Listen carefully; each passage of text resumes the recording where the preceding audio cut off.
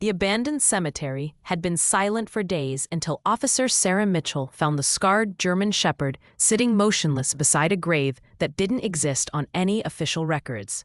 The dog hadn't moved in 7 days. Rain poured down his matted fur.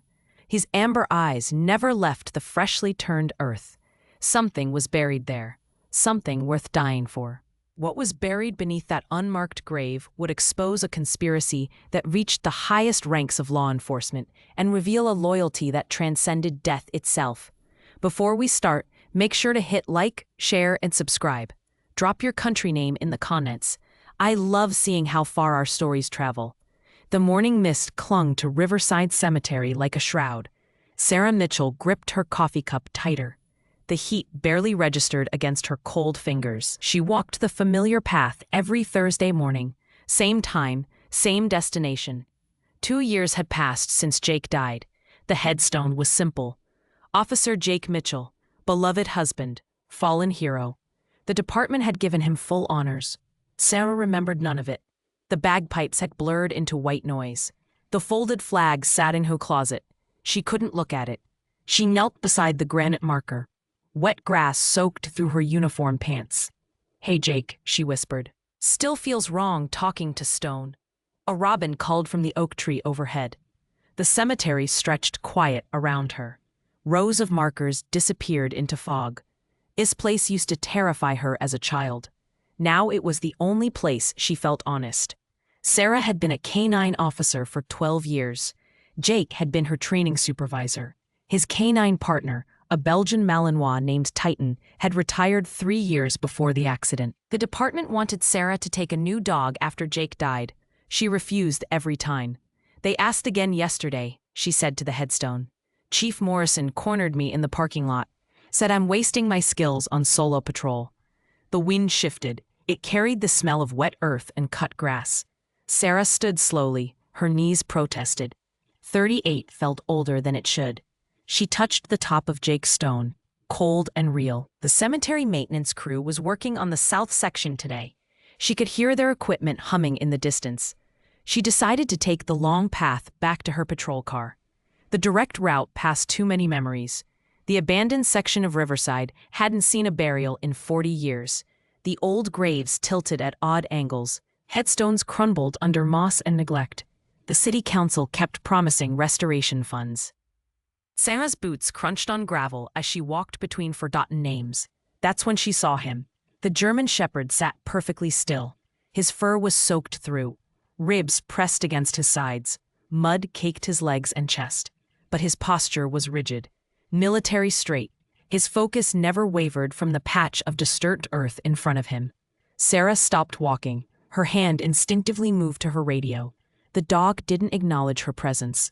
His ears remained forward. His tail tucked tight against his body. Rain dripped from his muzzle. He was trembling, not from fear, from exhaustion. "Hey there, buddy," Sarah called softly. "You okay?" No response. The dog's amber eyes stayed locked on the ground.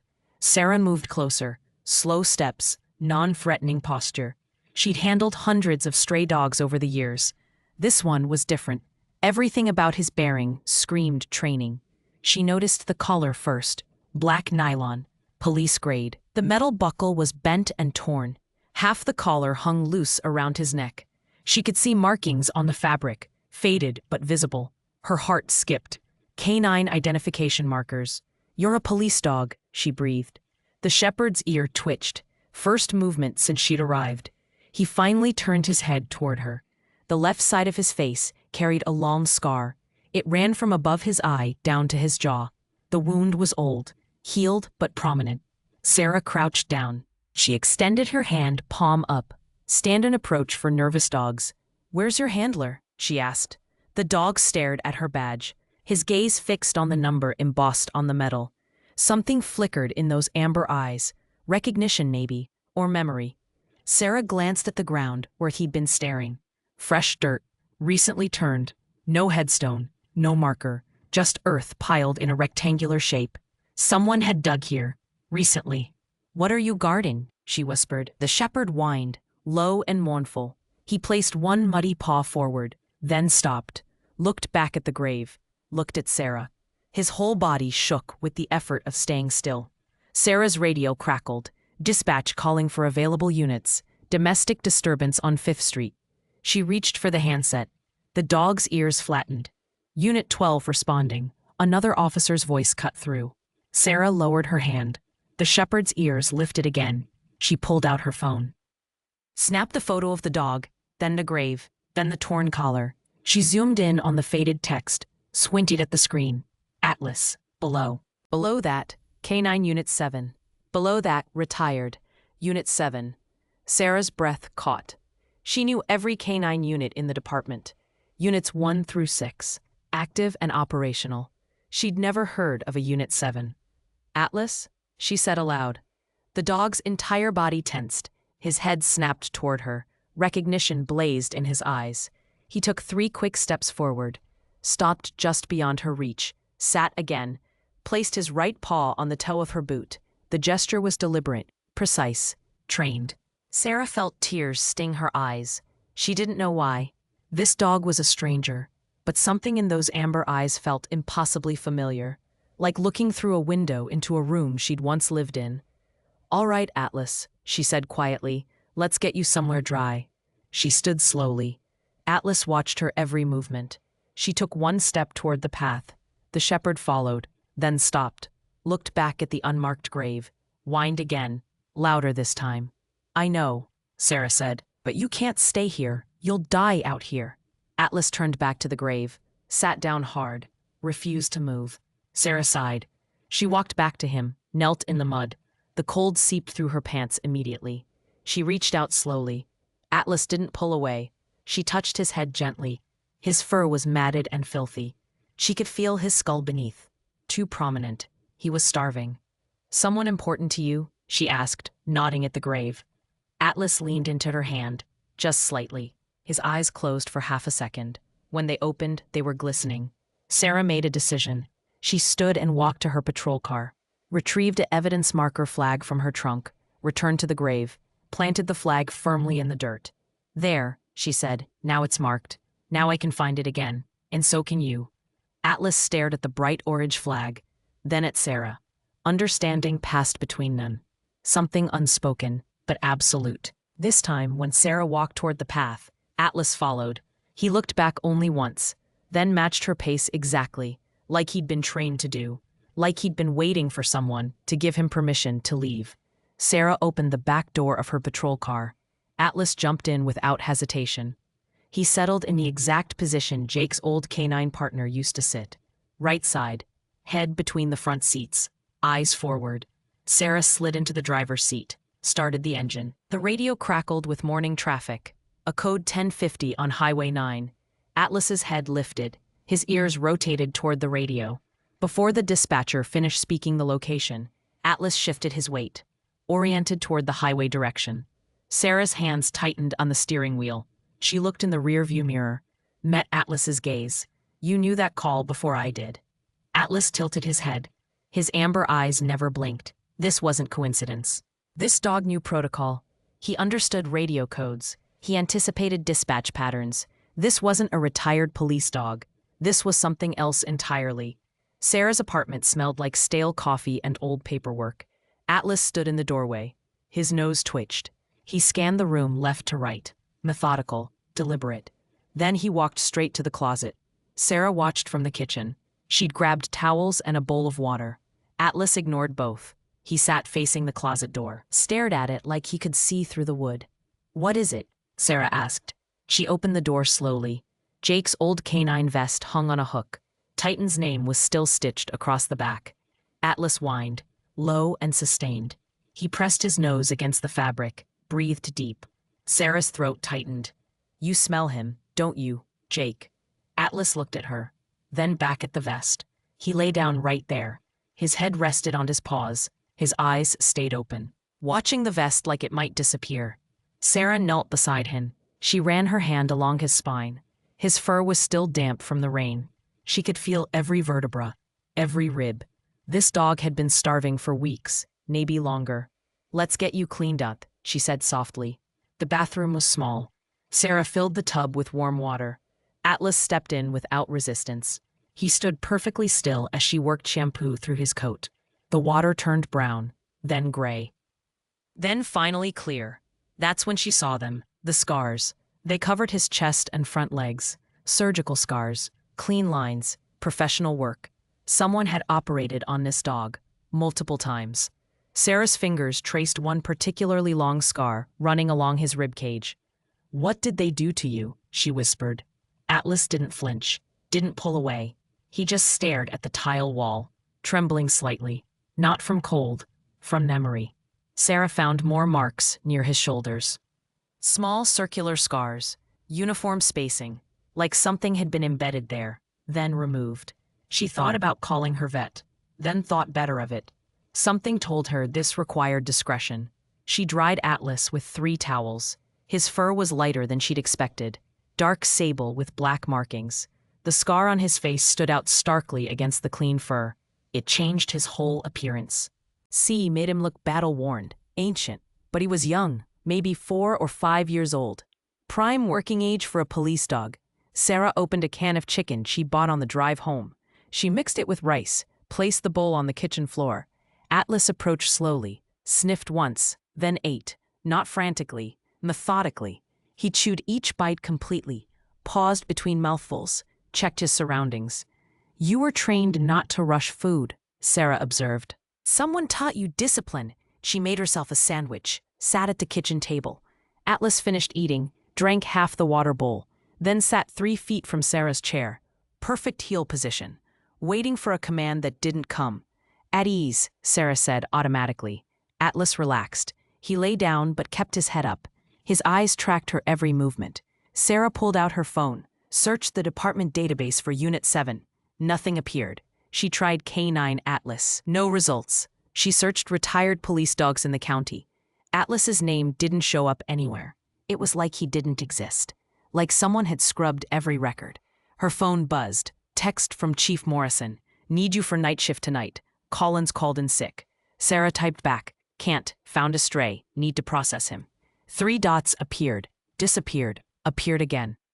"Since when do you handle strays?" "Since this one has a police collar." The dots stopped. Her phone rang immediately. Sarah answered. "What collar?" Morrison's voice was sharp. "K9 identification. Unit 7. Name tag says Atlas." Silence stretched for 5 seconds. Then Morrison spoke carefully. "There is no Unit 7, Mitchell. Where did you find this dog?" "Riverside Cemetery, South Section. He was sitting at an unmarked grave." "Bring him to the station. Now." "Chief, he's exhausted. I need to." "Now, Mitchell. That's an order." The line went dead. Sarah stared at her phone. Morrison never used that tone. Not with her. Not since Jake died.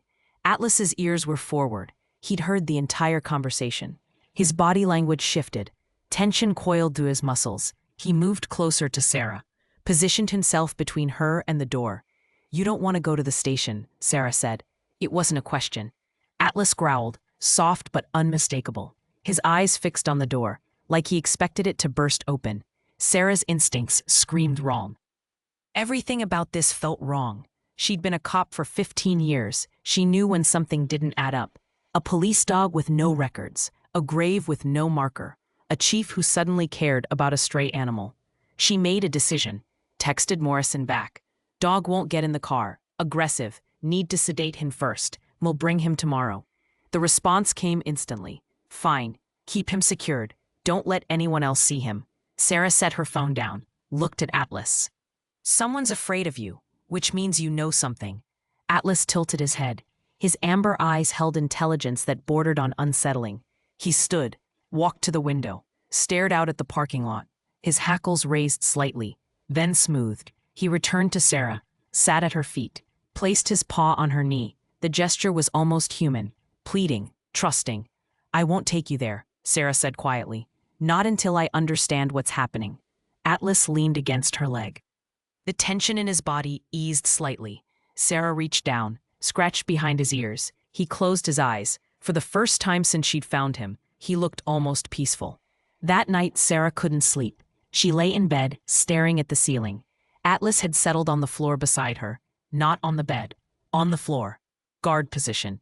She could hear his breathing, steady and controlled. At 2 in the morning, her doorbell rang. Atlas was on his feet before the sound finished. He didn't bark, didn't whine. He moved silently to the bedroom door, blocked it with his body. His ears were flat, his lips pulled back slightly, showing teeth.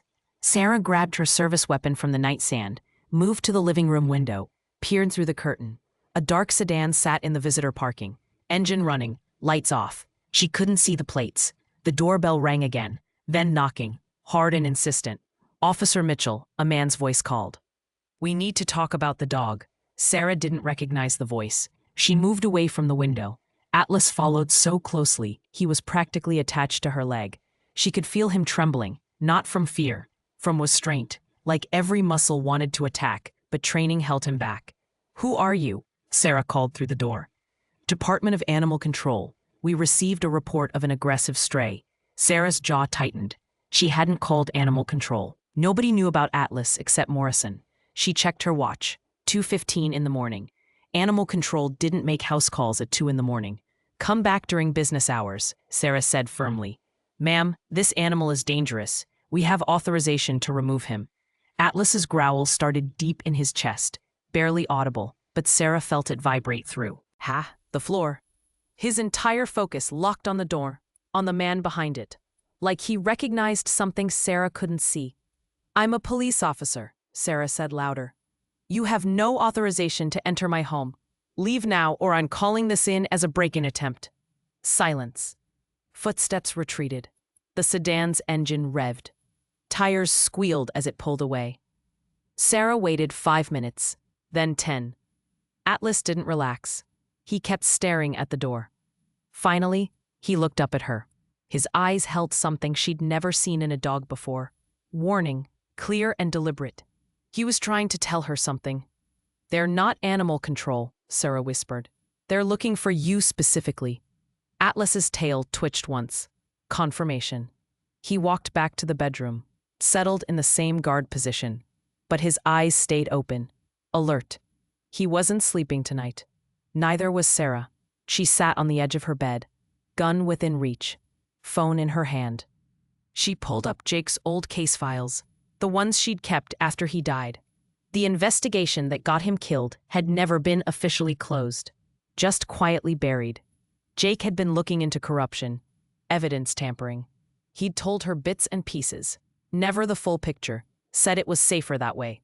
2 weeks before he died, he'd mentioned a specialized canine unit. Something off the books. Something that made him nervous. Sarah's hands shook as she scrolled through her notes, found Jake's last voice message. She'd listened to it 1,000 times, but never with this context. She pressed play. Jake's voice filled the quiet room. "Hey babe, gonna be late tonight. Meeting someone about the Unit 7 situation. If anything happens, remember Atlas. He's the key. He saw everything." The message ended. Sarah stared at her phone. Her heart hammered against her ribs. Atlas. Jake had said Atlas, 6 months before Sarah ever knew that name. She looked at the dog lying on her floor. He was already watching her, like he'd been waiting for her to figure it out. His amber eyes held answers she didn't know how to ask for. "You knew Jake," Sarah said. Her voice cracked. "You were there when he died." Atlas stood slowly, walked to her, placed both paws on her knees, stared directly into her eyes, and for the first time since she'd found him, his tail wagged. Just once. Slow and deliberate. Yes, morning light filtered through Sarah's blinds. She'd slept maybe 2 hours. Atlas hadn't slept at all. He was already sitting by the door when her alarm went off. Ready. Waiting. Sarah called in sick. First time in 2 years. Morrison would be suspicious. She didn't care anymore. Something bigger was happening.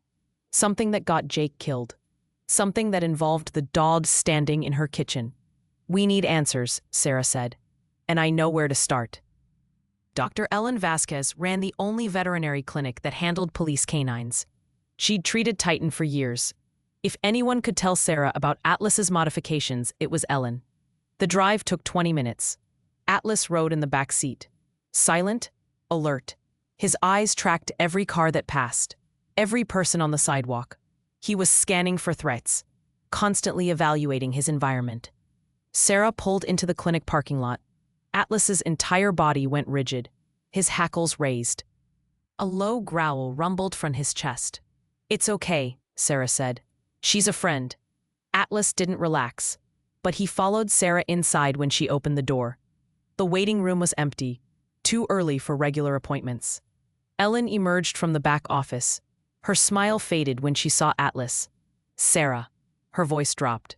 "Where did you find him? You know this dog?" Ellen's eyes didn't leave Atlas. "I know what he is. Bring him to the exam room. Now." Sarah's stomach tightened. Ellen's face had gone pale, actually pale. In 15 years, Sarah had never seen her rattled. Ellen handled aggressive Rottweilers and terrified pit bulls with the same calm confidence. But Atlas made her nervous. The exam room smelled like antiseptic and fear.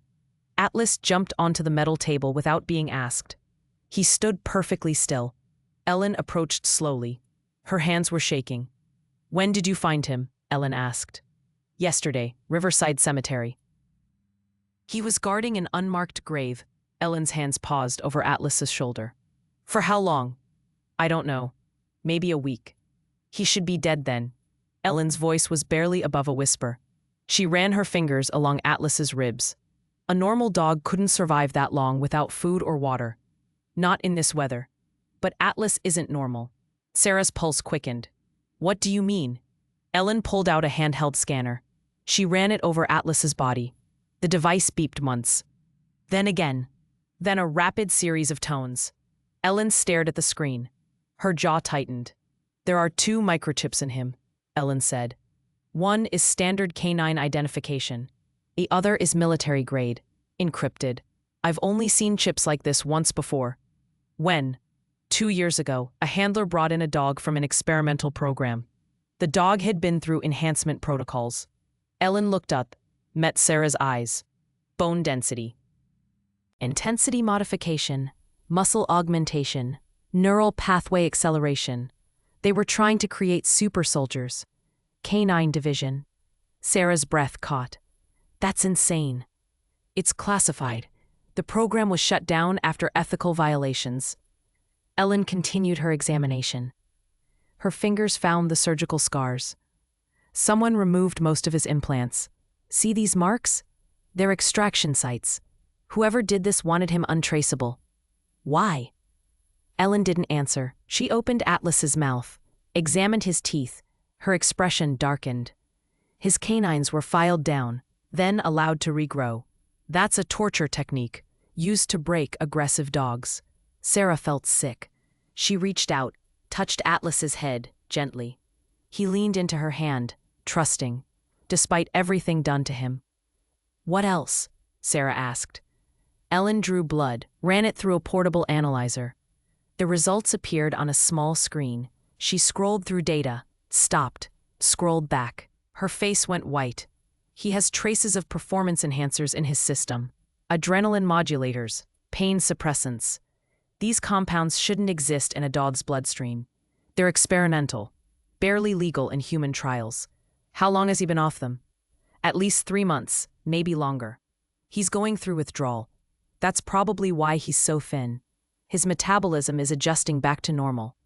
Ellen set down the analyzer. "Sarah, this dog is evidence. Walking, breathing evidence of illegal experimentation. Someone wants him disappeared." Sarah's mind raced. Jake's investigation, Unit 7, Atlas guarding that grave. It was all connected. Everything pointed to a cover-up that reached higher than she'd imagined. "Can you tell how old he is?" Sarah asked. Ellen examined Atlas's teeth again, checked his joints. 4 years old, maybe 5, but his body shows wear consistent with a dog twice that age. Whatever they put him through, it aged him.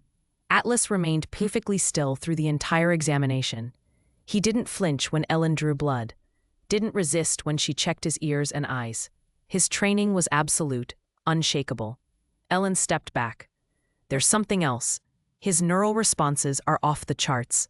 I've never seen reaction times like this. He's processing information faster than any dog I've tested." "What does that mean?" "It means he understands more than he should. Language. Complex commands, abstract concepts. They didn't just enhance his body, they enhanced his mind."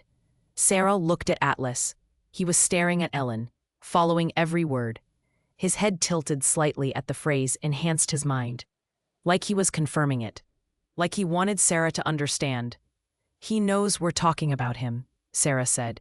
He knows everything we're saying. Ellen's voice carried a mixture of awe and horror. Sarah, this dog is smarter than most people I know. And someone tried to kill him for it. Sarah's phone buzzed. Text from Morrison. Where are you? Need to talk. Urgent. She ignored it. Ellen, I need you to keep this quiet. Don't log this exam. Don't record anything. Already planned on it. Ellen handed Sarah a printout. These are his blood work results. Hide them somewhere safe. If anyone asks, I never saw this dog. Sarah folded the paper, tucked it in her jacket. Thank you. Be careful. Ellen's hand rested on Sarah's arm. Jake was investigating something big. Something that got him killed. If Atlas was part of that investigation, you're walking into the same danger. They left through the back exit. Atlas moved differently now. More purposeful. Like the examination had confirmed something for him. He knew Sarah understood. Knew she was committed to finding the truth. Sarah drove to her storage unit. She kept Jake's old case files there. Everything the department hadn't confiscated. She unlocked the metal door, rolled it up. Boxes stacked to the ceiling greeted her. 2 years of accumulated grief. Atlas entered first. He sniffed the air, then walked directly to a box in the back corner. He sat beside it, stared at Sarah, waiting. That one? Sarah asked. Atlas's tail thumped once against the concrete floor. Sarah pulled the box down, opened it. Inside were Jake's personal notebooks, the ones he kept away from the office. She'd never been able to read them before. Too painful. She opened the first notebook. Jake's handwriting filled the pages. Dates, names, case numbers. She flipped through quickly, stopped on a page marked with a red star. Unit 7. Classified K-9 Program. Handler, Detective Marcus Reed. Dog, Atlas. Sarah's hands trembled. She kept reading. Jake's notes detailed a joint task force, FBI and local police. They were investigating cartel infiltration of the department. Reed was the lead detective. Atlas was trained specifically for evidence detection. Not drugs, not explosives, documents, digital storage devices, things humans couldn't smell. Jake's handwriting became more frantic toward the end. Reed says they're getting close. Someone high up is involved. Atlas found something. Reed won't tell me what. Says it's safer if I don't know. Meeting him tonight at the old warehouse. He's bringing Atlas. Says the dog is the only proof we need. The entry was dated 2 days before Jake died. Sarah's vision blurred. She blinked back tears. Atlas moved closer, pressed against her leg. Solid. Real. Proof that Jake had been right. She turned the page. One final entry, written in Jake's rushed scrawl. If you're reading this, Sarah, I'm probably gone. Don't trust Morrison. Don't trust anyone in the department. Atlas knows everything. Find him. He'll show you where Reed hid the evidence. The dog never forgets. I love you. The notebook fell from Sarah's hands. Atlas picked it up gently in his mouth, brought it back to her, set it in her lap. His amber eyes held something that looked like sympathy. Like he remembered Jake writing those words. Like he'd been there. You were there that night, Sarah whispered. You saw what happened to Jake and to Reed. Atlas's ears flattened. His whole body tensed. He looked toward the storage unit entrance. A low growl started in his chest. Someone was coming. Sarah grabbed her service weapon, moved to the door, peered around the edge. A figure approached down the corridor, backlit by fluorescent lights.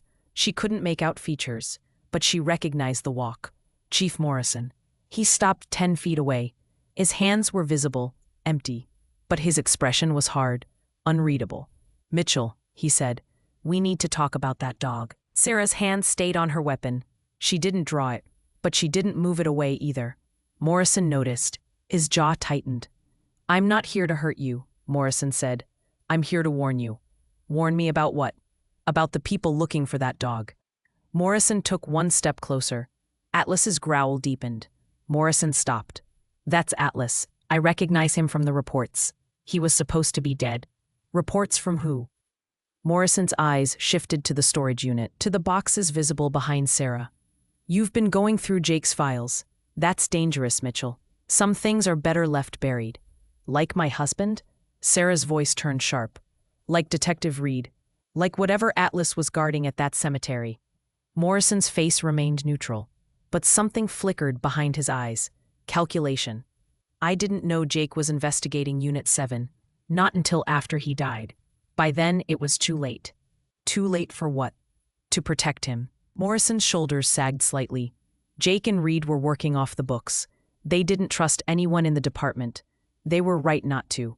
There's corruption at levels you can't imagine. Sarah's grip on her weapon loosened slightly. Are you part of it? No. Morrison's voice was firm. But I can't protect you from it either. The people involved have resources, connections. They've already sent people to your apartment. They know you have Atlas. The fake animal control last night. That was a warning. Next time won't be so polite. Morrison glanced at Atlas. That dog is a liability. He's a witness to multiple murders. He knows where Reed hid evidence that could destroy careers. Powerful people want him eliminated. Atlas's growl stopped. He tilted his head, studying Morrison, like he was trying to decide if the chief was telling the truth.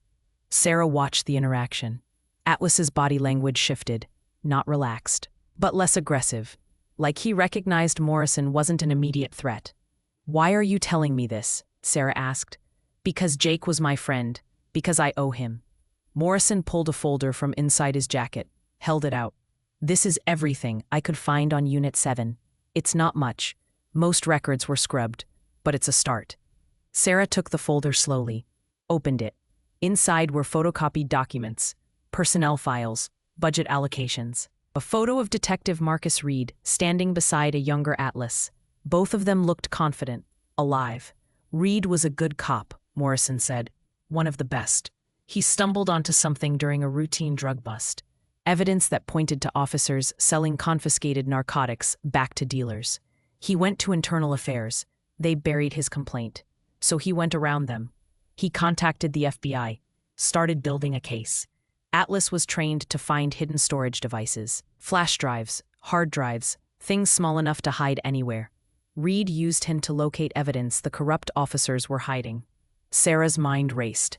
Jake was helping him. Jake was his backup, the only person Reed trusted. Morrison's voice dropped. They got too close. Someone found out. The warehouse meeting was a setup. Reed and Jake both died that night. Atlas survived, barely. How do you know this? Because I found the warehouse afterward. Found blood. Found bullet casings. Found Atlas hiding in a drainage pipe. He was half dead, covered in blood, not all of it his own. Morrison's face was grim. I got him to an emergency vet, one who doesn't ask questions. Took 3 surgeries to save him. When he recovered, I placed him with a trusted handler, someone outside the department. What happened? The handler was killed 6 months later, made to look like a robbery. Atlas disappeared. I thought he was dead too. Until you found him. Sarah's stomach turned. He went back to Reed's grave. He's been protecting it this whole time. Morrison nodded slowly. Reed must have told him to guard something. Dogs like Atlas don't forget commands, even after their handler dies. He's been sitting on that grave for 7 days because that's where the evidence is buried. We need to dig it up.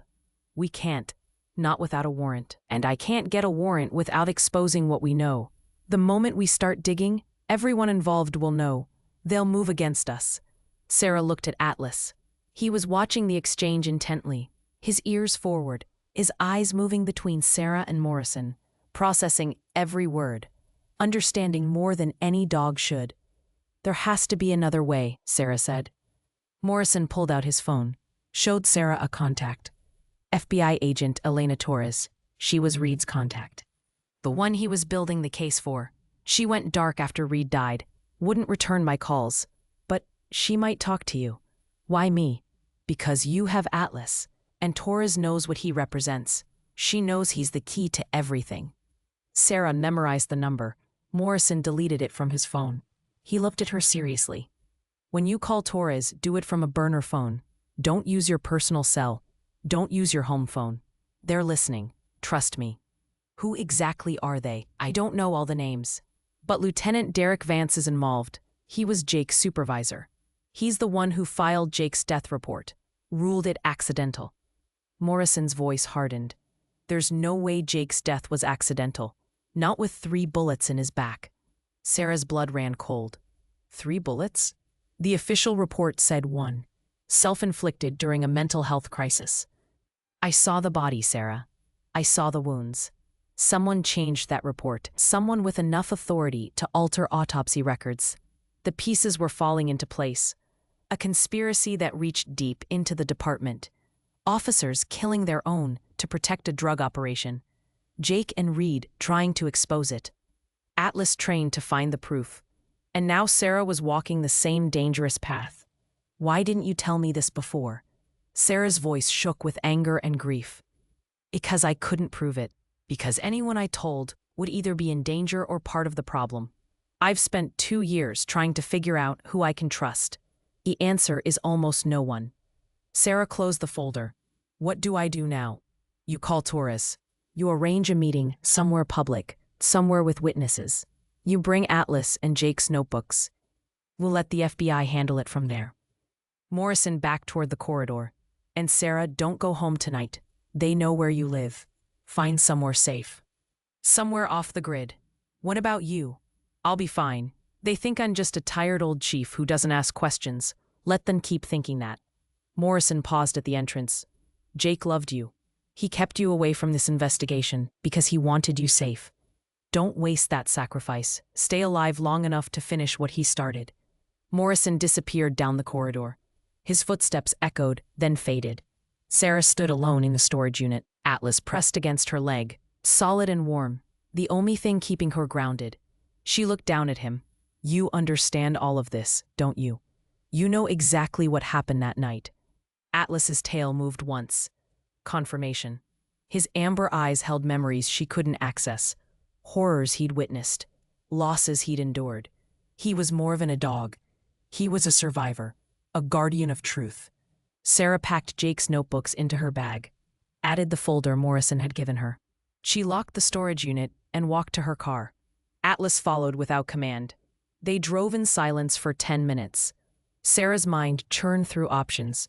She couldn't go home, couldn't go to the station, couldn't trust anyone in uniform. She pulled into a convenience store parking lot, bought a burner phone with cash, sat in her car, and dialed the number Morrison had shown her. It rang 4 times. Then a cautious voice answered. Who is this? Agent Torres? My name is Sarah Mitchell. I'm Jake Mitchell's widow. Silence stretched for several seconds. How did you get this number? Chief Morrison gave it to me. I have Detective Reed's K9. I have Jake's case files. And I think I know where the evidence is buried. More silence. Sarah could hear breathing on the other end. Calculating, deciding. Where are you right now? Torres asked. Convenience store on Maple Street. Stay there. I'll be there in 20 minutes. If you see anyone approaching before I arrive, drive away. Don't stop. Don't look back. Understood? Understood. The line went dead. Sarah set the phone down. Her hands were shaking. Atlas climbed into the front seat, settled beside her. His presence was calming, reassuring. He'd survived 2 years of running and hiding. She could survive 20 minutes. She watched the parking lot, every car that passed, every person who walked by. Her service weapon rested on her lap. Atlas's head was on constant rotation, scanning, evaluating. His training never stopped, even now. Even exhausted and underfed, he was still working. 18 minutes later, a black SUV pulled into the lot. Tinted windows, government plates. A woman stepped out, Latina, mid-40s, business suit under a tactical vest. She scanned the parking lot once, then walked directly to Sarah's car. Sarah rolled down the window. Agent Torres? Show me the dog. Sarah opened the back door. Atlas jumped out, sat at attention. Torres's expression changed immediately. Recognition, relief, something close to wonder. Atlas. Torres knelt down, extended her hand. I thought you were dead. Atlas sniffed her hand. His tail wagged, slow but genuine. He remembered her, trusted her. Torres's eyes filled with tears. She blinked them back quickly, professional mask slipping back into place. Get in the SUV, Torres said. Both of you. We need to move now. Where are we going? Somewhere we can talk without being killed. Torres opened the back door of her vehicle. Reed died protecting what he found. Jake died trying to help him. I won't let you die too. Now move. Torres drove fast, but not recklessly. She took side streets, changed directions twice, checked mirrors constantly. Atlas sat in the back seat with Sarah, his body tense, alert. He knew they were being hunted. They ended up at a safe house 40 minutes outside the city. A plain ranch house with peeling paint and overgrown grass. Torres pulled into the garage. The door closed behind them automatically. Darkness swallowed the vehicle. Stay here until I clear the interior, Torres said. She disappeared through a connecting door. Sarah heard footsteps, doors opening and closing. 3 minutes later, Torres returned. Clear. Come inside. The house smelled like dust and stale air. Furniture covered with sheets. Windows blocked with heavy curtains. Torres flipped on lights, led them to a kitchen table. She set down a laptop and a thick file folder. Tell me everything, Torres said. Sarah explained, finding Atlas at the cemetery, the midnight visitors, Ellen's examination, Morrison's warning. She laid out Jake's notebooks. Torres read through them quickly. Her expression darkened with each page. Reed was supposed to meet me the night he died, Torres said quietly. He called at 6 p.m. Said he had everything. Said Atlas had found the main storage location. He was bringing the evidence and the dog. I waited at the rendezvous point for 3 hours. He never showed. What happened? Someone intercepted him. Killed him before he could reach me. The official report said he surprised a burglar at the warehouse. Died in the shootout. But Reed was too good to walk into an ambush unprepared. Torres looked at Atlas. Unless he was protecting something more important than himself. Atlas's ears flattened. His gaze dropped to the floor. Grief was unmistakable in his posture. He'd lost his handler, failed to protect him. That failure haunted every movement he made.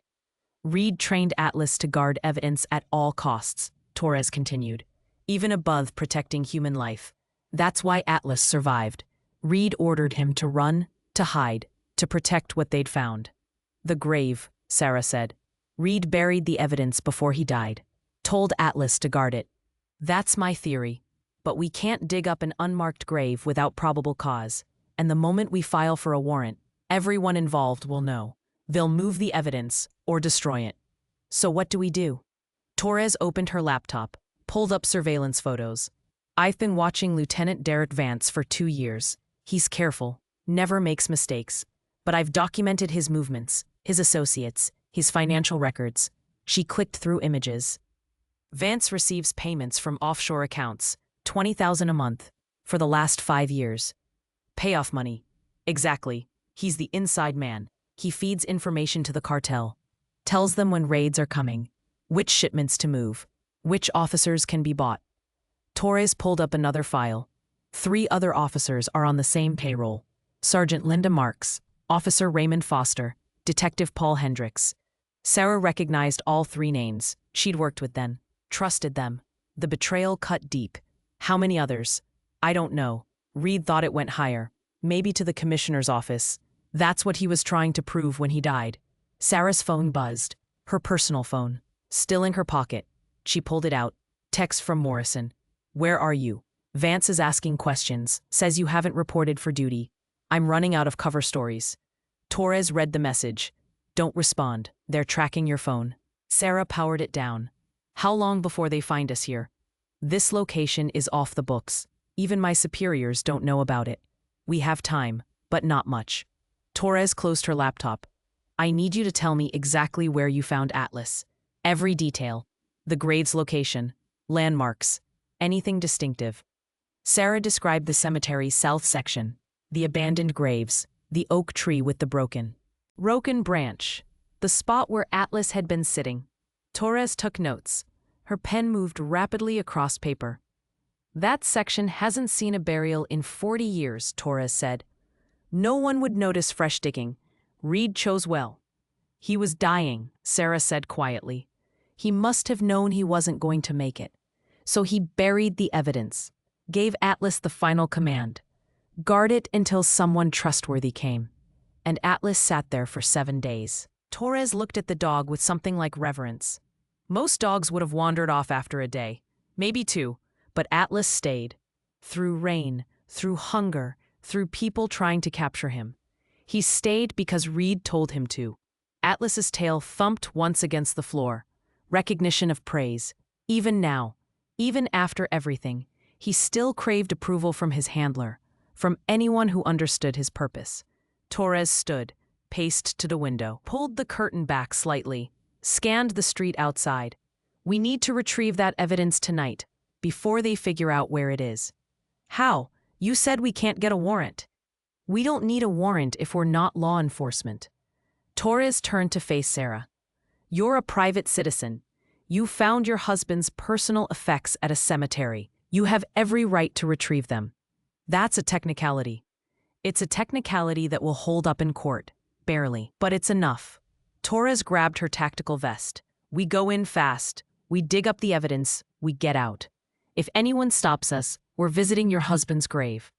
We happened to notice disturbed earth nearby. We were concerned about vandalism.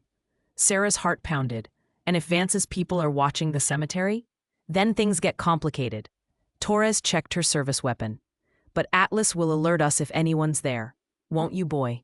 Atlas stood. His posture shifted. Operational mode. The exhausted stray disappeared. In his place stood a trained police canine, ready to work, ready to fight if necessary.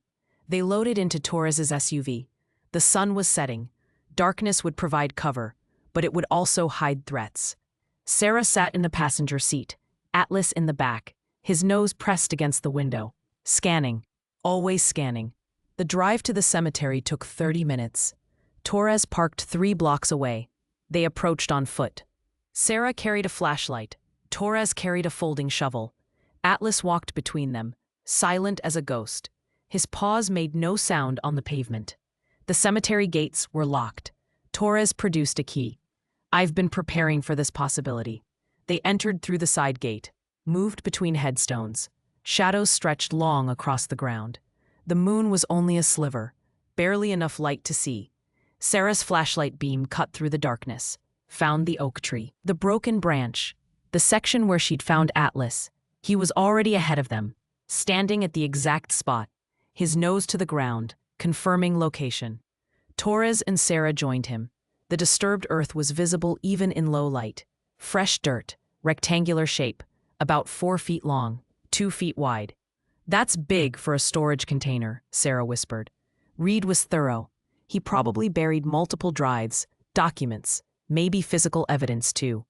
Torres unfolded the shovel. Keep watch. Let me know if Atlas alerts. Torres began digging. The shovel cut through soft earth easily. Too easily. This ground had been disturbed recently. Sarah kept her flashlight trained on the growing hole. Atlas circled them once, twice, then sat facing the entrance path.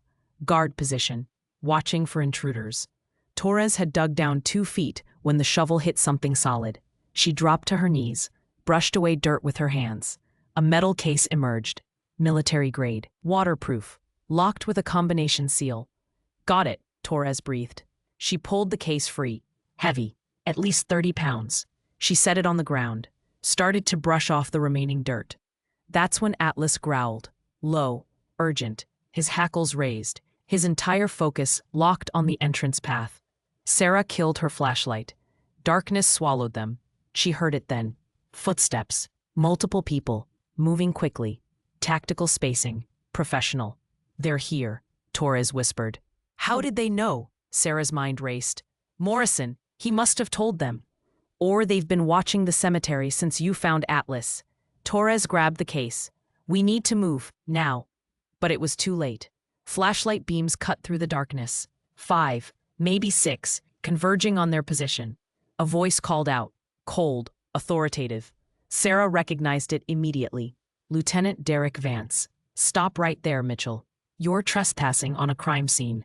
Torres and Sarah froze. Atlas didn't. He moved forward, placed himself between the approaching lights and his humans. His growl deepened. A warning. A promise. Vance stepped into view. He was flanked by 4 officers, all armed, all wearing tactical gear. His weapon was drawn but pointed down. Casual, confident.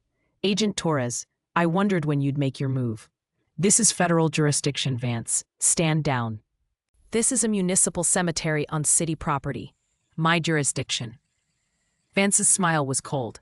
And you're in possession of stolen evidence. I'm going to need you to hand over that case. Not happening. Vance's smile disappeared. He raised his weapon, pointed it directly at Sarah. Then I'm placing Officer Mitchell under arrest for obstruction of justice. She interfered with an ongoing investigation, tampered with a crime scene, and conspired with a fugitive federal agent. Sarah's blood ran cold. I didn't do anything wrong. You took possession of classified canine property. You removed evidence from a crime scene. You fled from lawful questioning. Vance's finger moved to the trigger. And now, you're going to hand over that case, or I'm going to shoot you for resisting arrest. Atlas's growl turned into a snarl. His muscles coiled, ready to attack. But 6 weapons were now pointed at them. There was no way out. Not without someone dying. Sarah's hand moved to her service weapon. Torres grabbed her wrist, stopped her. Don't, Torres whispered. He wants an excuse. Vance stepped closer. His weapon never wavered. Last chance, Mitchell. The case. Now. Or your dog watches you die just like he watched Reed die. Atlas lunged. Not at Vance. At the case. He grabbed the handle in his jaws, spun, bolted into the darkness between headstones, moving faster than Sarah thought possible. The flashlight beam swung toward him. Officers shouted, gave chase. But Atlas was gone, disappeared into the maze of graves and shadows, taking the evidence with him, taking the only proof that could expose the conspiracy. Vance's face contorted with rage. He turned his weapon back to Sarah. Call him back, now. I can't, he doesn't answer to me. Sarah's voice was steady despite her terror. He answers to Reed, and Reed told him to protect that evidence above everything else, including us. Vance's jaw clenched. He lowered his weapon slightly, looked at the officers around him. Find that dog. I want him alive if possible. Dead if necessary. But I want that case. Move. The officers scattered. Their flashlights bobbed through the cemetery, searching, calling. Atlas was somewhere out there, alone, hunted, carrying the truth on his back. Vance kept his weapon trained on Sarah and Torres. 2 officers remained with him. The others had vanished into the cemetery darkness. Flashlight beams swept between headstones. Distant shouts echoed through the night. But no one had found Atlas. He won't get far, Vance said. This cemetery is surrounded. We have units on every exit. Torres stood slowly, her hands visible, non-threatening. You're making a mistake, Vance. That case contains evidence of federal crimes. Interfering with its recovery is obstruction. The only crime here is yours. Vance's voice was calm. Too calm. Breaking and entering. Destroying a crime scene. Theft of police property. I have witnesses. I have documentation. You'll be lucky if you see daylight before trial. Sarah's mind raced. Atlas was out there alone, carrying 30 pounds of evidence, being hunted by armed officers who wanted him dead. She had to do something. Had to distract Vance long enough for Atlas to escape. Jake knew about you, Sarah said suddenly. He documented everything, your offshore accounts, your meetings with cartel representatives, your manipulation of evidence logs. Vance's expression didn't change. Your husband was mentally unstable. Everyone knew it. The department psychologist had concerns. His suicide was tragic, but not unexpected. He didn't commit suicide. You murdered him. Prove it. Vance smiled. Oh wait, you can't. Because the only evidence is in a case being carried by a dog that's about to be put down. A gunshot cracked through the night. Sarah's heart stopped. Atlas. They'd found Atlas. Torres lunged forward. Vance's weapon swung toward her. Sarah moved on instinct, grabbed Vance's wrist, twisted hard. The weapon fired. The bullet hit a headstone. Marble exploded into fragments. Vance backhanded Sarah across the face. She fell. Tasted blood. The 2 other officers moved forward, weapons raised. Torres had her service weapon out now. Standoff. 3 guns pointed at her. Hers pointed at Vance. Stand down, agent. One officer said. We don't want to shoot you. Then don't. Torres' voice was steel. Radio your men. Tell them to stop shooting. That dog is a federal witness. Killing him is a federal crime. Vance laughed. A dog can't testify. But his testimony can be documented. Reed trained him to respond to specific stimuli, to indicate locations, to identify suspects. That's admissible evidence. And you just ordered his execution on a federal agent's word. Vance's smile faded. He'd made a mistake. Torres was recording everything. Her vest camera was active. The red light blinked steadily. Every word, every action, documented. "Shut that off," Vance ordered. "Can't. It's on automatic upload. Goes straight to FBI servers. Your career is already over, Vance. The only question now is whether you want to add murdering a federal agent to your charges." Another gunshot. This one closer, followed by a scream. Human, one of the officers. Then silence, heavy and oppressive. Vance's radio crackled. "Man down. The dog attacked Foster. He's bleeding bad. Need medical." Vance grabbed his radio. "Shoot the animal. Kill it." "It's gone, sir. Disappeared into the drainage tunnels. Foster's arm is torn up. He needs an ambulance." Sarah felt relief flood through her. Atlas was alive, and he'd fought back, protected himself. The officers hunting him weren't prepared for a dog with military training, a dog that could think tactically, plan ambushes, fight like a soldier. Vance's composure cracked. "All units converge on the drainage system. I want that dog found, now." More voices on the radio. Confusion, shouting. Someone else screamed. Then static. Vance's face went pale. "Unit 3, report. Unit 3, come in." No response, just dead air. Sarah understood what was happening. Atlas wasn't running anymore. He was hunting, taking down the officers one by one, using the darkness, using his training, using the element of surprise. "Call them off," Torres said, "before more people get hurt." "No." Vance's weapon swung back to Sarah. "You're going to call that dog. Tell him to bring back the case, or I execute you right here." Sarah met his eyes, saw desperation there, fear. Vance knew he was losing control. "I already told you, he doesn't answer to me." "Then you're useless." Vance's finger tightened on the trigger. Atlas came out of nowhere, a shadow launching from behind a mausoleum. 70 pounds of fury and precision. He hit Vance from the side, jaws clamped onto the lieutenant's gun arm. Vance screamed. The weapon fired wild. The bullet went into the ground. The two other officers turned their weapons toward Atlas. Torres shot first, 2 quick shots. Both officers went down. Non-lethal hits, shoulders. They'd live, but they were out of the fight. Atlas released Vance's arm. The lieutenant collapsed, clutching his shredded sleeve. Blood poured between his fingers. Atlas stood over him, growling, teeth bared. One wrong move and Vance would lose more than his arm. "Atlas, stand down," Sarah said firmly. Atlas's growl softened. He backed away from Vance, but his eyes never left the lieutenant. Guard position, ready to attack again if needed. Sarah grabbed Vance's fallen weapon. Torres secured the 2 wounded officers with zip ties. More sirens in the distance. Backup arriving. But whose backup? More corrupt officers, or legitimate responders? Torres grabbed her radio.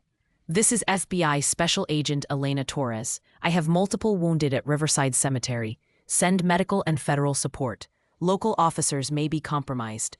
She switched channels. "All units be advised. Lieutenant Derek Vance is under federal arrest for conspiracy to commit murder, obstruction of justice, and corruption. Any officer who interferes will face federal charges." Vance laughed through his pain. "You think that matters? You think anyone will believe you? I have friends, important friends. You can't touch me." Torres knelt beside him. "Your friends just watched you order the execution of a federal witness, on camera. They're cutting ties right now. By morning, you'll be alone." Vance's face drained of color, reality setting in. His empire was crumbling. Everything he'd built through years of corruption was falling apart, because of a dog that wouldn't quit, and 2 women who wouldn't back down. Atlas walked to Sarah. The metal case was nowhere visible. He'd hidden it, somewhere safe, somewhere only he knew. He sat at Sarah's feet, his tail wagged once, slow and deliberate. Mission accomplished. Sarah knelt beside him, ran her hands over his body, checking for injuries. He was bleeding from a shallow cut on his shoulder, probably from barbed wire or broken fence, but otherwise unharmed. "Good boy," she whispered, "such a good boy." Atlas leaned into her touch, his eyes closed briefly, exhaustion finally catching up.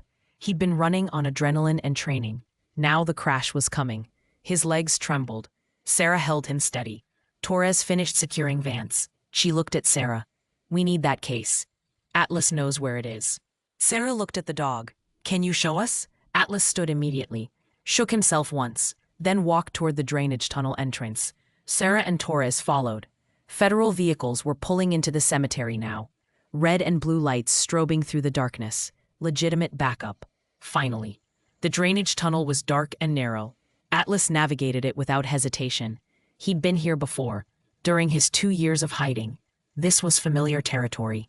After 30 feet, the tunnel opened into a maintenance chamber. Atlas walked to a recessed alcove, sat beside it, waited. Torres shined her flashlight into the space. The metal case sat there, covered with fresh dirt but intact. She pulled it out carefully, checked the seal. Still locked, still secure. He protected it. Reed trained him well. Sarah touched Atlas's head. He knew this place, knew how to hide, how to survive. Reed gave him the skills to outlast everyone hunting. They emerged from the tunnel. Federal agents swarmed the cemetery now. Medics were treating the wounded officers. Vance was being loaded into an ambulance, handcuffed to the gurney. His career was over. His freedom was over. Justice was finally catching up. Agent Torres handed the case to another FBI agent. "Get this to the lab. I want every file analyzed, every name documented. This goes straight to the prosecutor." She turned to Sarah. "You did good work tonight." "Atlas did the work. I just followed him." Torres looked at the dog. He was sitting close to Sarah, leaning against her leg, protective even now. What happens to him now? Sarah knew what Torres was really asking. Atlas was evidence, a federal asset. The FBI could claim ownership, put him back into service, use him for other operations. He'd never be free, never be safe. "He's coming home with me," Sarah said firmly. "He's done enough. He's lost enough. He deserves peace." Torres studied them both. Sarah could see the calculation behind her eyes. The dog was valuable, highly trained, irreplaceable, but he'd also been tortured, experimented on, forced to watch his handler die. He'd earned retirement, earned rest. "Agreed," Torres said finally. "After he testifies, after the trial, he's yours." Sarah felt tears sting her eyes. She knelt beside Atlas, wrapped her arms around his neck. He was warm and solid and alive. He'd survived everything thrown at him. And now he'd finally come home. "You're safe now," Sarah whispered. "I promise. No more running, no more fighting, just home." Atlas's tail wagged, really wagged, for the first time since Sarah found him. His amber eyes were soft, trusting. He'd found what he'd been searching for. Not just the evidence, not just justice for his handler, but belonging, family, someone who understood what he'd sacrificed. The cemetery was quiet now. The wounded had been evacuated. Vance was gone. The evidence was secured. Sarah sat on the ground beside Marcus Reed's grave. Atlas lay beside her, his head in her lap, finally resting, finally still. The 7-day vigil was over. The truth was uncovered, and Atlas could let go of his burden. 3 days passed before Torres called Sarah back to FBI headquarters. The metal case had been opened, the contents analyzed. What they found inside changed everything. Sarah sat across from Torres in a sterile conference room. Atlas lay at her feet. He'd refused to leave her side since the cemetery, even slept beside her bed. Guarding, always guarding. Torres opened a laptop. Her expression was grave. The case contained 4 encrypted hard drives, 17 flash drives, and a handwritten ledger. Reed documented everything. Names, dates, transaction amounts, video evidence of drug handoffs, audio recordings of planning meetings. "How many people are implicated?" Sarah asked. 47 officers across 3 precincts, 2 assistant district attorneys, 1 judge, and the deputy commissioner. Torres pulled up a spreadsheet. The operation has been running for 8 years.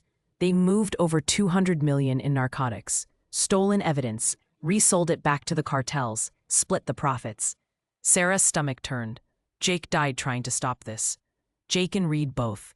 They knew if they went through official channels, the information would be buried. So Reed created a backup, trained Atlas to find every storage location, every hidden drive, every piece of evidence the corrupt officers thought they'd destroyed. Torres clicked to another file.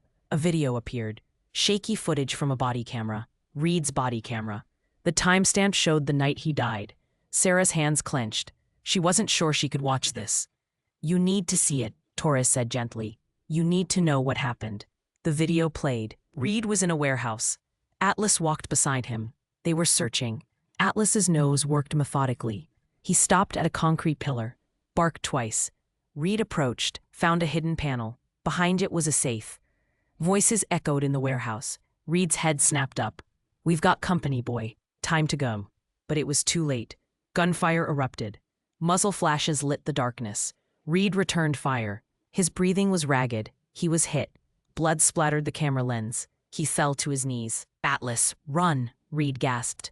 "Guard. Guard until someone comes. Someone good. Like Jake. You'll know them." Atlas whined. Didn't want to leave. Reed grabbed the dog's collar. Forced eye contact. "Guard, Atlas. That's an order. Go." Atlas ran.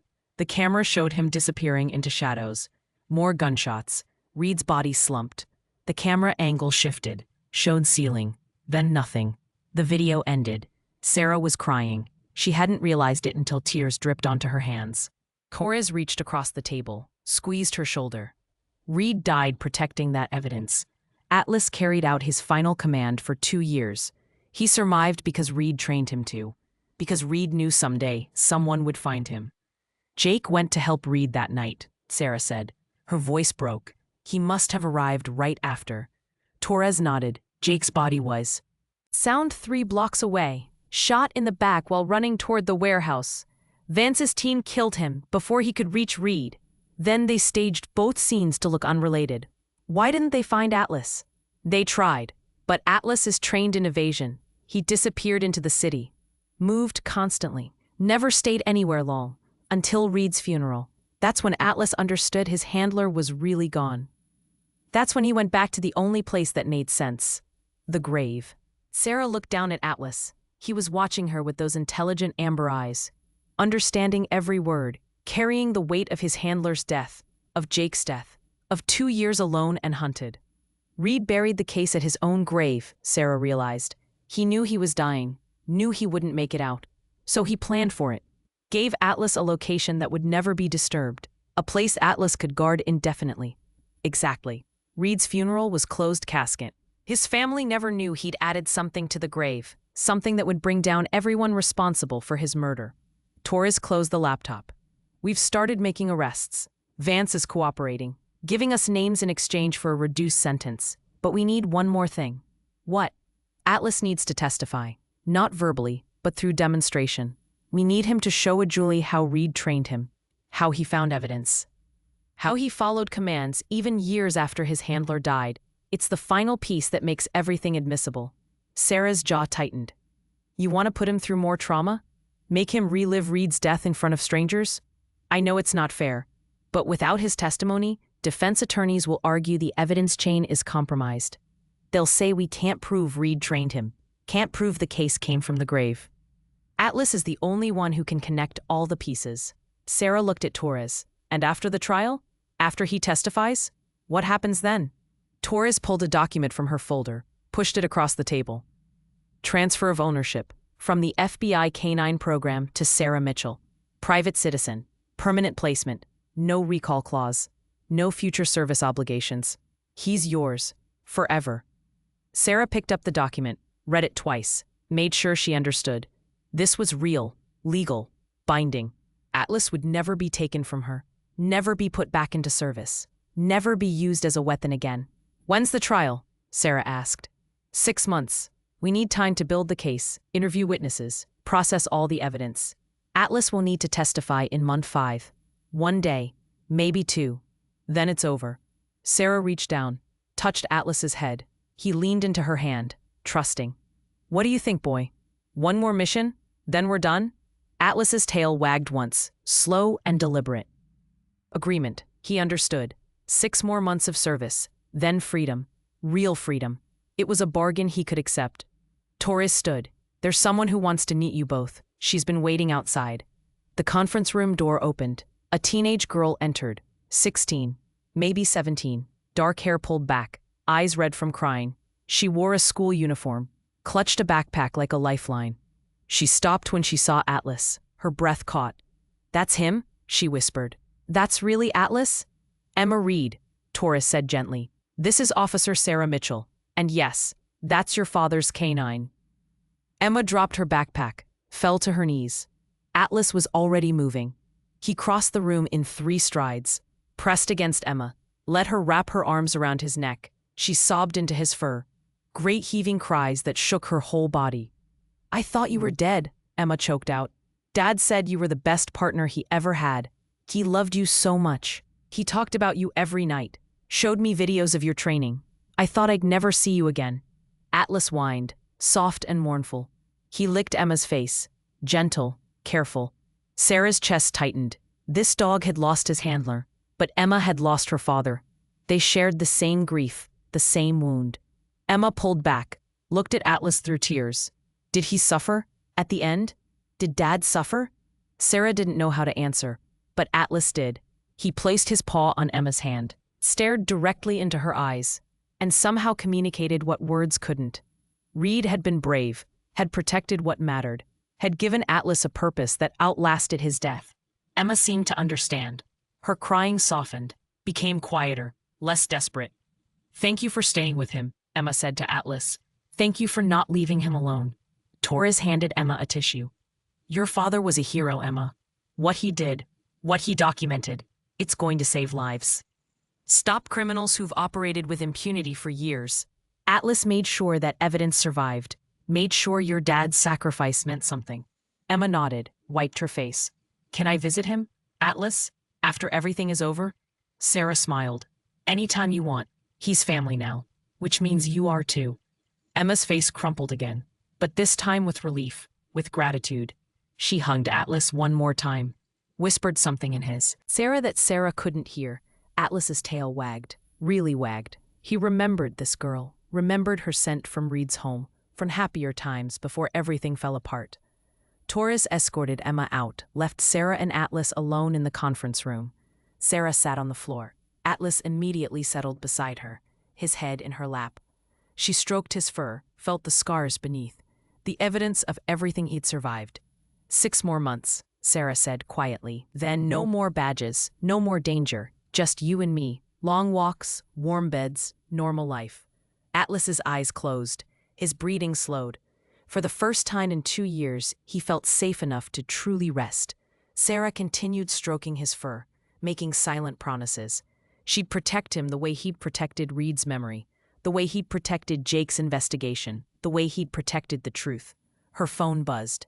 Text from Morrison. "Heard about the arrests. Proud of you, Mitchell. Jake would be too," Sarah typed back. He knew. Jake knew what they were doing. He tried to stop it. He did stop it. Just took a little longer than he planned. His legacy lives on, in you, in Atlas, in the justice that's finally being served. Sarah set her phone down, looked at the document Torres had given her. Transfer of ownership. She signed it carefully, dated it, made it official. Atlas was hers, and she was his. Partners, family, survivors. The conference room door opened again. Torres returned. "We're done for today. Take him home. Let him rest. The hard part is over. Everything from here is just paperwork and waiting." Sarah stood. Atlas stood with her.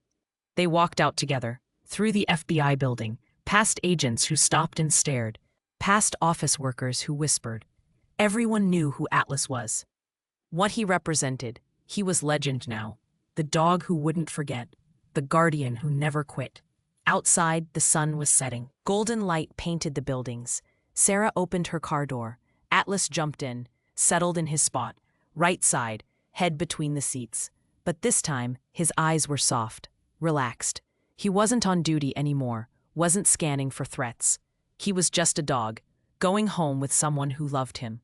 Sarah drove slowly. No rush, no urgency. They had time now, all the time in the world. Atlas watched the city pass by. Neighborhoods he'd hidden in during his 2 years alone.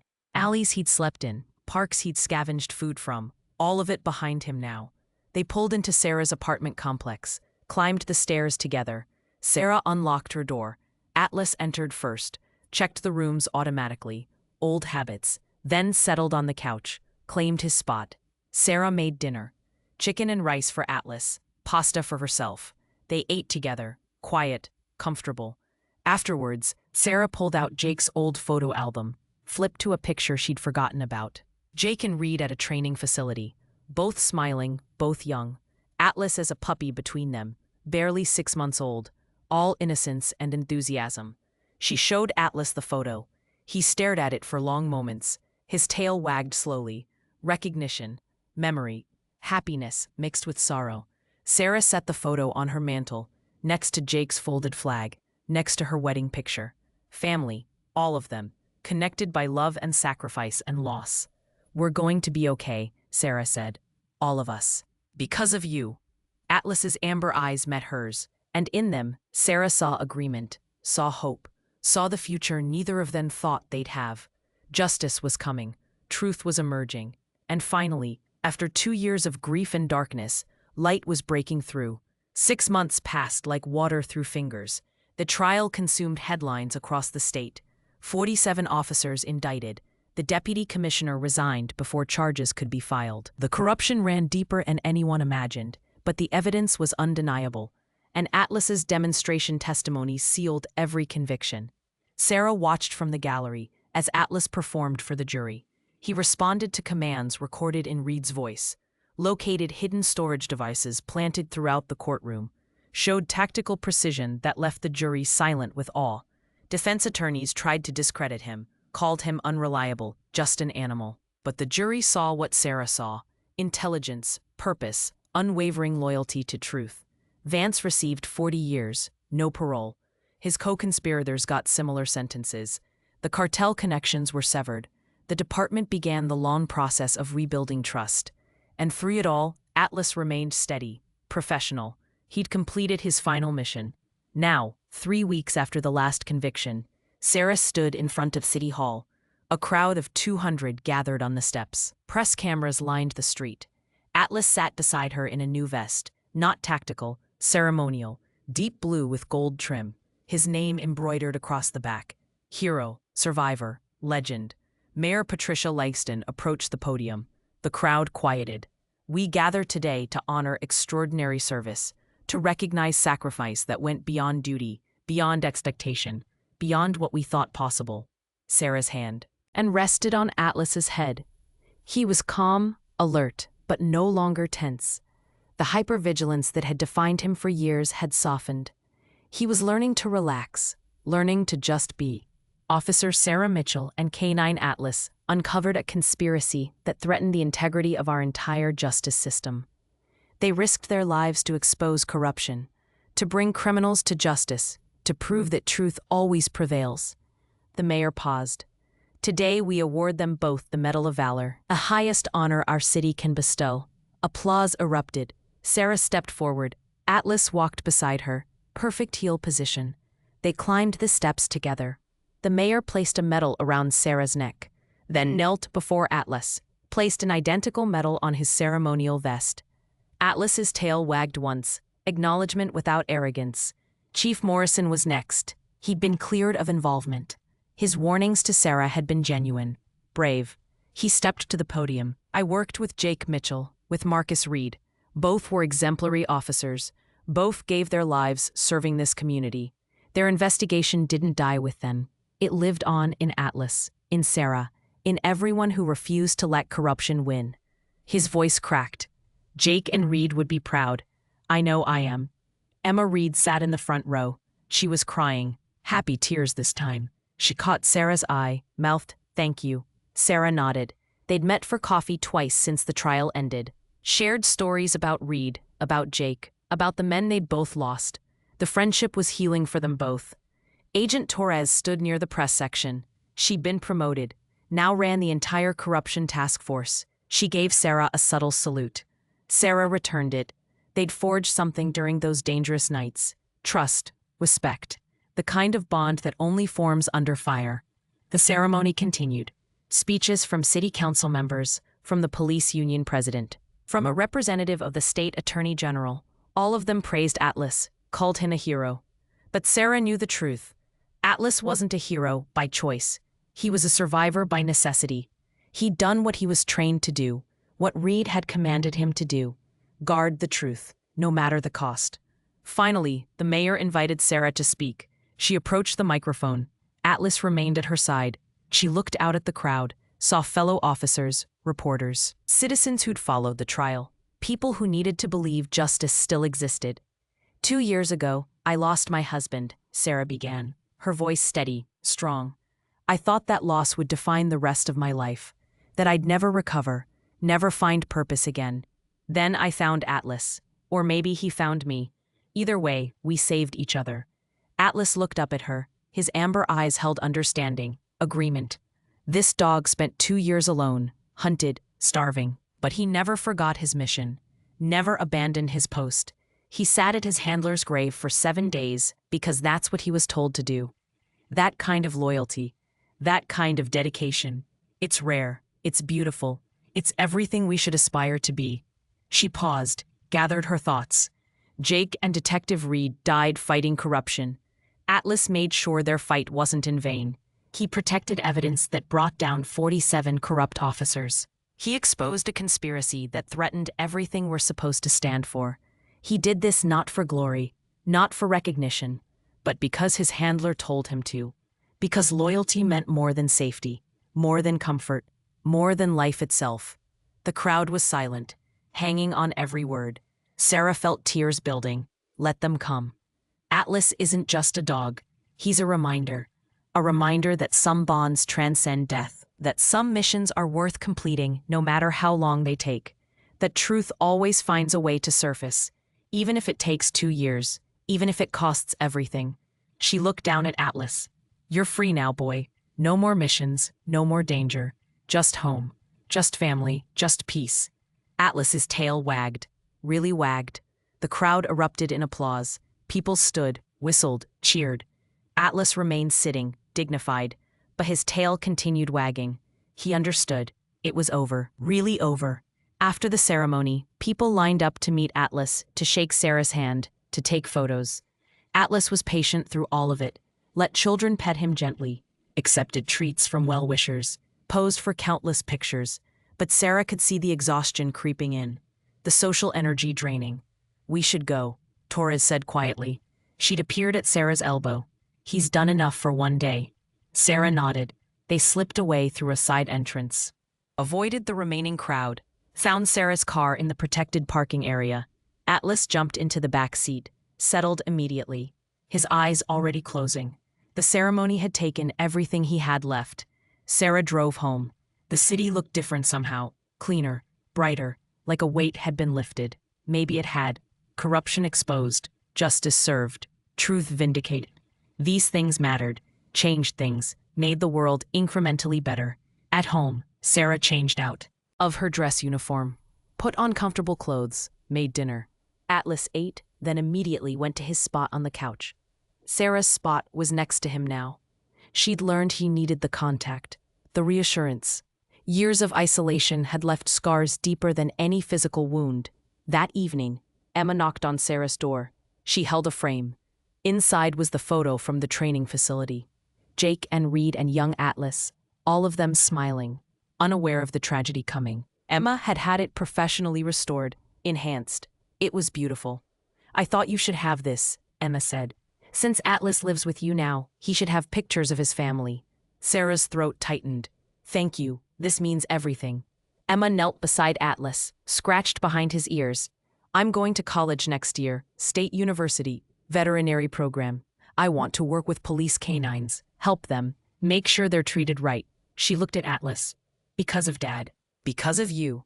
Atlas licked her hand, gentle, affectionate. Emma had become part of his pack, part of his family. He'd protect her the same way he'd tried to protect Reed, with everything he had. After Emma left, Sarah hung the photo on the wall, right next to Jake's service portrait, right above Atlas's medals. The wall was becoming a memorial to sacrifice, to loyalty, to love that persisted beyond death. Sarah sat on the couch. Atlas immediately rested his head in her lap. She stroked his fur, felt the scars, the evidence of everything he'd survived. We made it, she whispered. Both of us, against all odds. Atlas's tail thumped against the cushion. Agreement, relief, contentment. For the first time in his life, he wasn't on duty, wasn't waiting for the next command, wasn't preparing for the next threat. He was just Atlas, just a dog, just home. 3 months later, Sarah returned to active duty, full canine officer status, but she didn't take a new dog. She took Atlas, not as an operational canine, as a therapy dog. They visited schools, talked to kids about loyalty and courage. They visited hospitals, brought comfort to patients. They visited the police academy, showed recruits what true service looked like. Atlas thrived in this new role. He was gentle with children, patient with the elderly, inspiring to young officers. His story spread beyond the city, beyond the state. News programs featured him, documentaries were made, books were written. But through it all, Atlas remained unchanged, humble, focused on the human beside him, on Sarah, on home. 1 year after the cemetery confrontation, Sarah visited Reed's grave. Atlas walked beside her. But this time, there was no tension, no hypervigilance, no need to guard. The evidence had been recovered. Justice had been served. Reed's mission was complete. A new headstone marked the grave now. Proper, official. It read, Detective Marcus Reed. Hero, father, partner. Beneath that, he never gave up. Neither did his dog. Sarah placed flowers on the grave. Atlas sat beside it, calm, peaceful. He tilted his head, like he was listening to something only he could hear. Then he looked at Sarah. His amber eyes held something new. Not grief, not duty, but closure. Permission to move forward, to live, to be happy. He'd be proud of you, Sarah said softly. Reed would be so proud. Atlas's tail wagged. He stood, ready to leave, ready to go home. The vigil was over. The mission was complete. Life was waiting. They walked back to the car together, past rows of headstones, past monuments to the dead. But they were alive, both of them, survivors, partners, family. The sun broke through clouds, painted everything in golden light. And for the first time in years, Sarah felt hope, real hope. The kind that comes from knowing darkness doesn't last forever, that loyalty is rewarded, that love persists. Atlas jumped into the car, settled in his spot, but this time he looked back, at the cemetery, at Reed's grave, at the place where his long journey had begun. Then he looked forward, at Sarah, at the road ahead, at the future waiting for them both. Sarah started the engine. Ready to go home, boy. Atlas barked once. Clear. Definitive. Yes. Always yes. Home was where Sarah was. Home was where loyalty met love. Home was where survivors became family. Home was where the story didn't end. It transformed into something beautiful, something worth fighting for, something that made every sacrifice meaningful. They drove away together. The cemetery disappeared in the rearview mirror. Ahead lay ordinary days, normal routines, simple joys.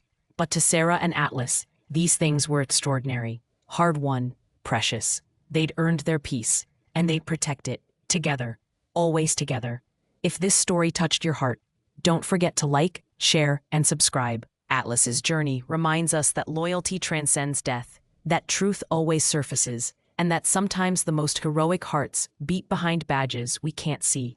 Sometimes love means never forgetting, even when the world wants you to, even when it costs everything, even when it takes 7 days sitting at a grave, waiting for someone good to finally come home.